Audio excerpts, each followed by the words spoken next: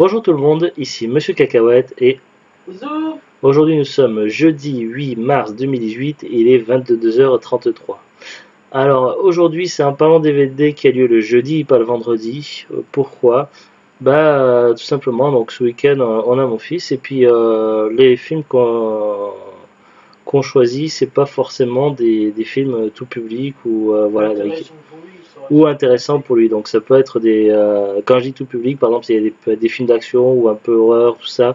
Donc voilà, il y a une limite d'âge. Et puis bon, là même si une comédie, c'est pas forcément intéressant. Quand il est à la maison, on regarde plutôt des films de dessins animés plutôt. Donc voilà, donc là c'était Zouli qui avait choisi le film. Alors je suis désolé si en ce moment, je me sens pas très bien. Je suis malade depuis hier soir et puis voilà, donc je suis pas en grande forme. Donc là, c'est l'abominable vérité. Alors, c'était un film que tu connaissais bien, c'est ça, The Glut? Oui, que j'ai déjà vu plusieurs fois. Que tu as vu plusieurs fois. Et donc, Hein? et donc, Donc, si je l'ai vu plusieurs fois, c'est un film que j'aimais bien. pour toi, c'est un classique. Ça m'intéressait. Qui Pour, m'intéressait. pour toi, c'est un classique. C'est pas un classique, mais disons que c'est un film que j'ai vu plusieurs fois parce que ça se laisse voir tranquillement. Hmm. Tu peux regarder tranquillement sans réfléchir. D'accord. Moi, c'était presque la première fois que je voyais le film parce qu'en fait, il était passé à la télé un jour, c'était peut-être une après-midi, je sais plus, en zappant sur les chaînes de télé. J'étais tombé dessus, ça avait l'air bien, sauf que j'étais tombé sur la scène de fin. La scène de fin quand c'est dans la montgolfière, et donc du coup, j'avais vu que les quelques minutes de la fin du film. Et en plus, comme c'était passé à la télé, ils avaient mis le générique de fin aux montgolfières, alors qu'en fait, non, il y a une scène après qui se passe dans le lit. Mais qui n'était pas passé à la télé. Ils avaient sans doute coupé ils avaient fait un montage et coupé pour censurer la télé, certainement.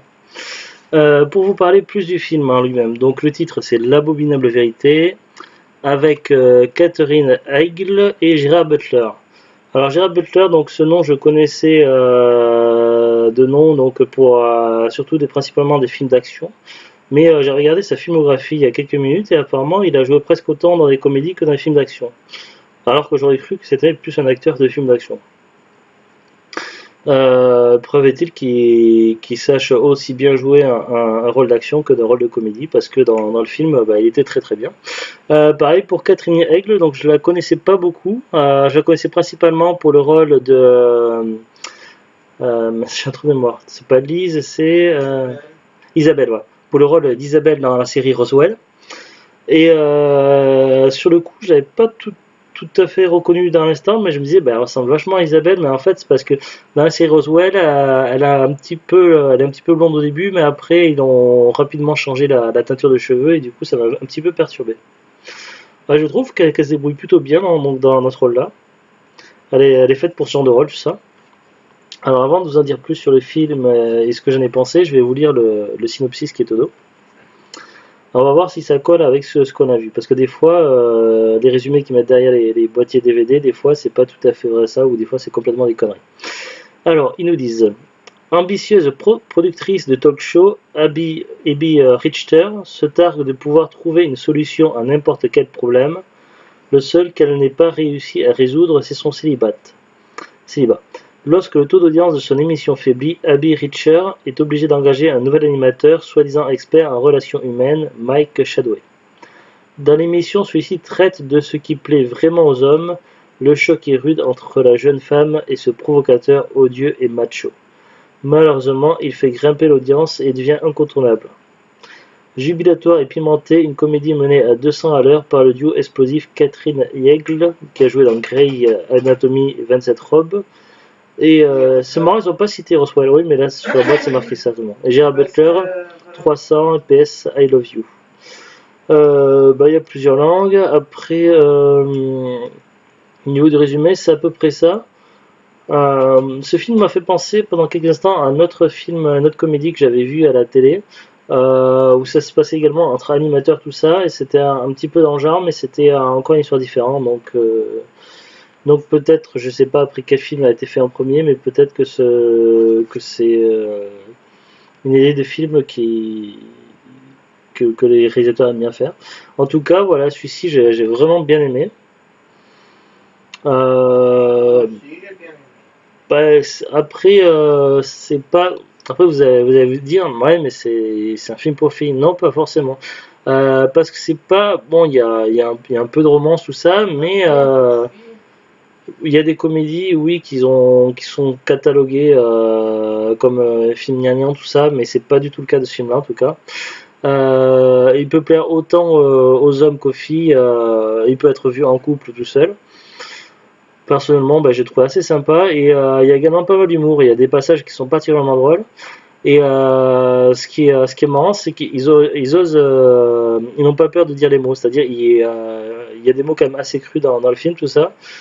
Et voilà, on a l'impression que c'est pas un scénario, que c'est pas un texte, quoi. On a l'impression vraiment que c'est pas du tout un texte qui parle comme il pense, alors que c'est écrit. Mais voilà, du coup, ça fait vraiment très réaliste.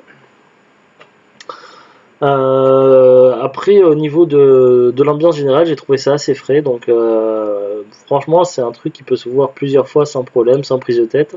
J'ai trouvé ça bien sympathique. Et puis, peut-être un jour où on a un peu le cafard ou quoi, qu'on sait pas trop quoi regarder pour changer d'idée.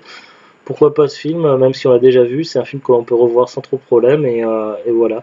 Parce que c'est vrai qu'il y a des comédies, on les a vues une fois, après on les met dans un placard ou quoi, c'est genre de films qu'on n'a pas envie de revoir une autre fois dans sa vie, tandis que ça, c'est assez léger, et du coup, ça peut se revoir plusieurs fois sans problème. Voilà, donc bah, personnellement, j'ai bien aimé.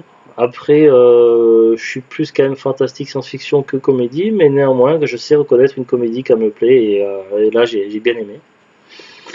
Après, où on a acheté ce DVD-là, donc il vient d'un Cache Express.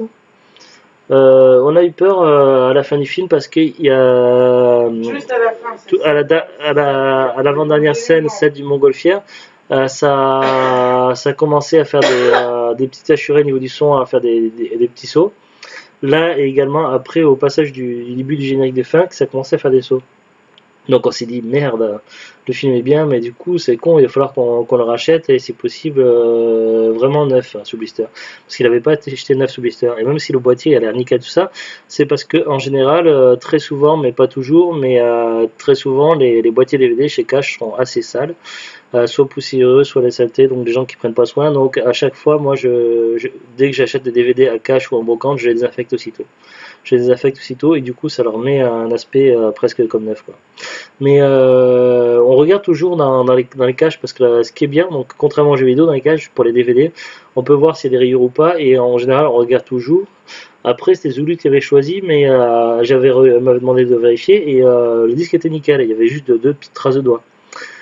Et donc on a essayé un truc, c'est-à-dire que t'as utilisé quoi? Parce que moi j'étais Ben, un mouchoir en papier, mais très doucement, très fin.